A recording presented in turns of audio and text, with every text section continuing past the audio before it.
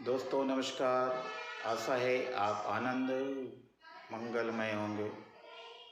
दोस्तों नमस्कार। आशा है आप बहुत बढ़िया होंगे, क्योंकि अब सर्दी तो विदा हो गई है और प्यारा सा मौसम अपना गर्मी का आ गया है और बीच बीच में बरसात भी टांग अड़ाने आ रही है ना दोस्तों। ऐसा ही कुछ हो रहा है, पता ही नहीं लग रहा कि कौन सा मौसम चल रहा है, कि सर्दी है कि गर्मी है कि बरसात है। एक एक मौसम में तीन तीन मौसम के मज़े हम लोग ले रहे हैं। क्या बात है, आप भी मज़े ले रहे होंगे।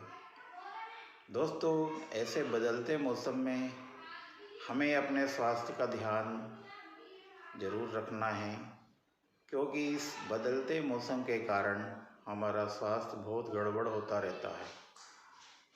क्योंकि कभी ठंड लगती है, कभी गर्मी होती है और कभी बारिश आ जाती है और फिर हमारा स्वास्थ्य भी बिगड़ने लगता है। कभी फिर हमें बुखार आ जाता है, कभी सर्दी हो जाती है, कभी और कुछ, कभी और कुछ, और इस प्रकार से हमारा बीमार होने का क्रम निरंतर चलता रहता है ना दोस्तों। ऐसा ही कुछ हो रहा होगा आपके साथ भी, पक्का हो रहा होगा, क्योंकि मौसम ही ऐसा बदल रहा है, बार बार चेंज हो रहा है। तो दोस्तों ऐसे मौसम में हमारे खान पान पर ध्यान रखिएगा।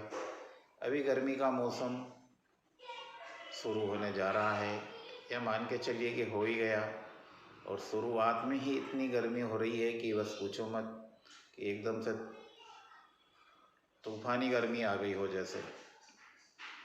दोस्तों ऐसे में बाहर का पानी पीना, पसीने में पानी पीना, इन सब बातों का ध्यान रखना होगा। बाहर का खाना हमारे लिए नुकसानदायक हो सकता है, बासी खाना हमारे लिए नुकसानदायक हो सकता है।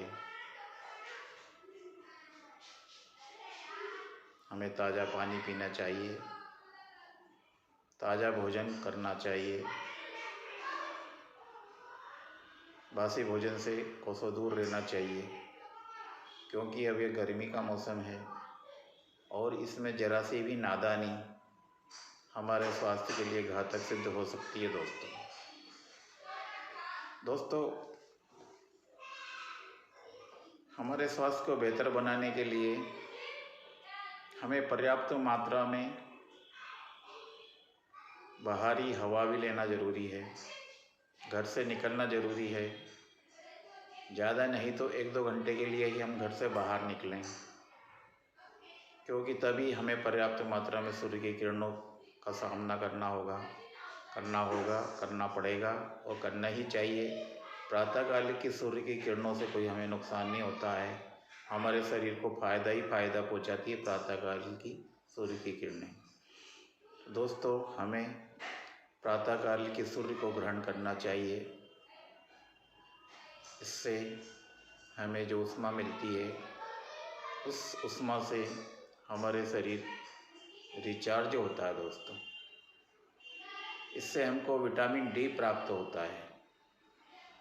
विटामिन डी हमारे शरीर के लिए बहुत ही अति आवश्यक है, और इसकी कमी के कारण जिन लोगों को विटामिन डी की कमी हो जाती है उन लोगों को विटामिन डी की गोलियां बाज़ार से पैसे दे कर के खरीदना पड़ती है।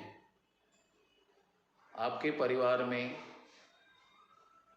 कुछ लोगों को, यदि आपने देखा होगा कि उनको विटामिन डी की कमी है, तो ऐसे लोगों को बाज़ार से ला करके आपने विटामिन डी की गोलियां उनको खिलाई होगी, तब जाकर के उनका स्वास्थ्य ठीक रहा होगा।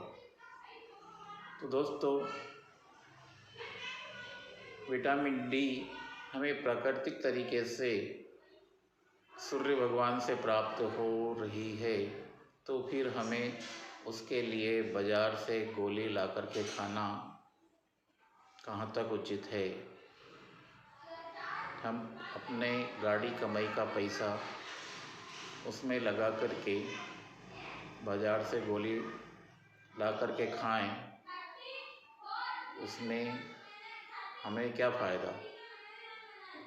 तो दोस्तों, जो चीज़ हमें प्रकृति से मिल रही है, हमें प्रकृति से मिल रही है, प्रकृति